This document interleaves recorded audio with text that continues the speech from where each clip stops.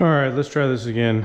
Again, horrible at making these videos, but let me just kind of run through where we are at currently. We've done a lot of off-camera work. Got the radiator guard in and installed oil cooler guard, swapped that out with the stock one, kept the stock as a spare.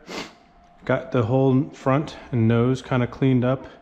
So I threw on the Gale Speed master cylinder, took the stock one off. It's got the remote adjuster, which is just hanging loose for now until we get the forks back on and can tighten all that up. Piece of the front nose cone off that I needed to mount the race fairings. So we'll keep that. I'll probably need to buy a spare.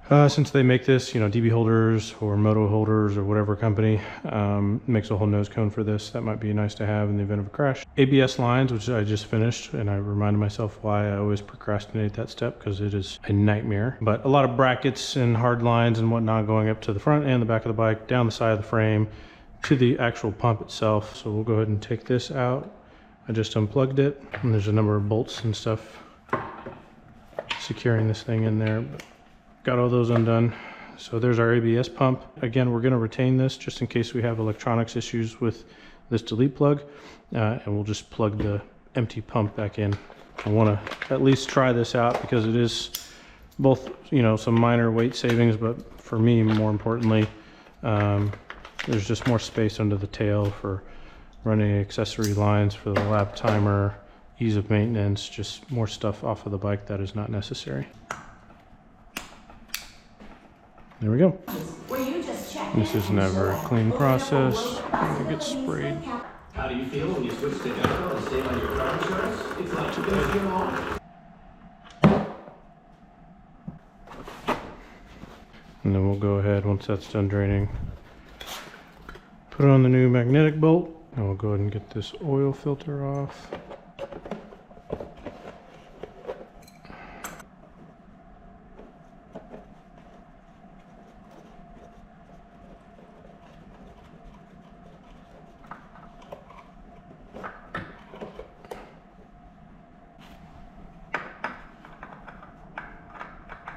Yeah, so I found something I hate more than removing ABS lines, and it's getting this throttle body off. My goodness. It was a nightmare. They're just on there really snug, and one of the clamps that hooks onto the throttle bodies was particularly hard to get to and annoying. But I think we're free now. Get around this fuel line here that goes to the injectors. Not the plug down there, it was the starter plug right here. Okay, that should be freedom. Phew. There we go, throttle bodies. We needed to get down here to get access to the small coolant line right here.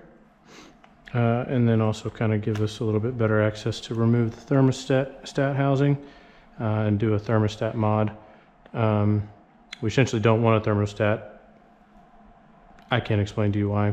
There's a small modification in there that we want to do to either increase or decrease the water flow. I don't really know, but I am following the advice of actual mechanics, smarter people than me.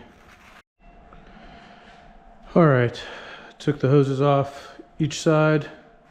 I'm gonna wait for some better spring clamps or hose clamps for this, but I had initially installed this smaller tube to the thermostat housing. Once the clamps get in, I'll be able to put those on. This last hard tube that goes to the thermostat is removed. Here's the thermostat housing, and here's our thermostat. I'm gonna take this rubber bushing off, and then we are going to cut where these spot welds are on either side to remove this piece, which should pull something out, I think the gold piece maybe, and just leave us with the spring and the washer. We'll put the rubber washer back on and reinstall it. Essentially, I think it just lets the bike flow more water and increases the cooling ability of the engine, which is what we're after.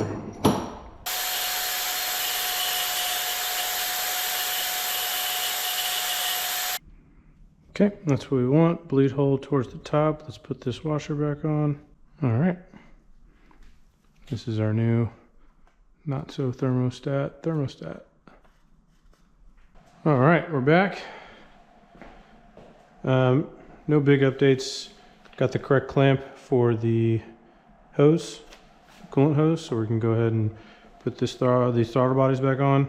I don't like having the engine all exposed, so we're gonna put this back on, put the fuel injectors back in, and button everything up. These were so hard to get out.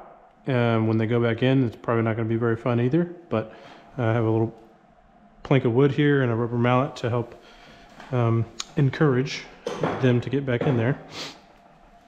But we'll see how it goes. And I put a very, very light ring of grease around each one just to hopefully let them slot in there a little bit easier.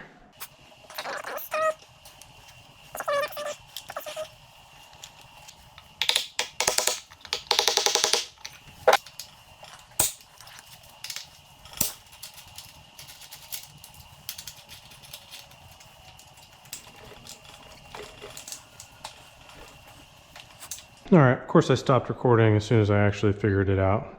But yeah, getting these back in was not easy. What worked for me was this block of wood. There's a little rise right here from this servo motor for the throttle bodies. But putting it right above that so you're on a flat surface between cylinders 2 and 3. And I just whacked it a few times and it sat all the way in there. For me, the idea was I didn't want to, like I was close to getting 1 or 4 in by itself, but that misaligns the throttle bodies and you want to make sure you get them in there at the same time so they seat together. So doing them right here in the middle worked for me up at the top. So I kind of sat the throttle bodies on the bottom side in first and then hitting right here in the upper middle, tapped them all in at the same time and then just popped right in within 2 or 3 taps. There's really nothing else in here that we need. Really, this was all for the access to the coolant line and the thermostat to do those modifications and for the ABS lines in here. And since we've done all that already, I think we're clear under here. I'll go and button everything up.